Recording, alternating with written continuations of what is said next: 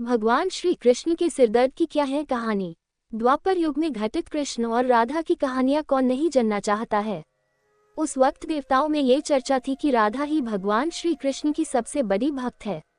इस बात से एक व्यक्ति सहमत नहीं थे और वह थे नारद मुनि। नारद मुनि अपने आप को ही भगवान श्री कृष्ण का सबसे बड़ा भक्त मानते थे, पर देवताओं में राधा रानी के विषय में चर्चा सुनकर उन्हें जलन महसूस होने लगी थी। नारद मुनि के स्वभाव से भगवान श्री कृष्ण भी अच्छी तरह अवगत थे। एक दिन नारद मुनि श्री कृष्ण भगवान से मिलने द्वारिकापुरी गए थे। उन्हें आता देख भगवान श्री कृष्ण अपना सिर पकड़कर बैठे गए। मुनिवर ने उन्हें देखते ही पूछा, क्या हुआ प्रभु, आप यूं सिर पकड़कर क्यों बैठे हैं। उस पर द्वारिकाधीश ने उत्तर दिया, मुनिवर आज हमें सिर में बहुत पीड़ा हो रही है।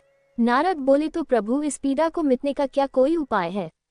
कृष्ण ने कहा, हाँ उपाय तो है। अगर मेरा सबसे बड़ा भक्त अपने चरण धोकर उसका चरण अमृत मुझे पिलाएगा तो मेरा सिरदर्द पल भर में ठीक हो जाएगा।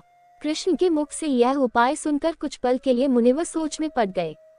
नारद मुनि ने सोचा कि हूँ तो मैं ही सबसे बड़ा कृष्ण भक्त, लेकिन अगर मैं अपने पैर धोकर उसका चरण अमृत प्रभु को पिलाऊंगा तो मुझे नरक जाने जीतना महापाप लगेगा।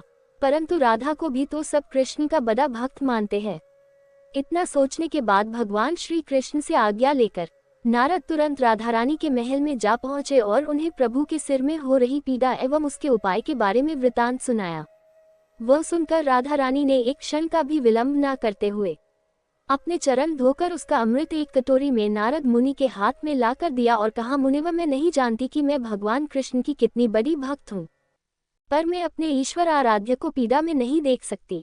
राधा के मुख से वह सच्चे भक्ति भाव के शब्द सुनकर नारद मुनि की आंखें खुल गई और वह समझ गए कि राधा ही कृष्ण की सबसे बड़ी भक्त है और प्रभु श्री कृष्ण ने ये लीला मुझे समझाने के लिए रची थी। अगर आपको मेरी यह कहानी अच्छी लगी हो तो प्लीज मेरे चैनल को लाइक, सब्सक्राइब और शेयर कर देना और बेल आइकन को प्रेस कर देना। धन्यवाद।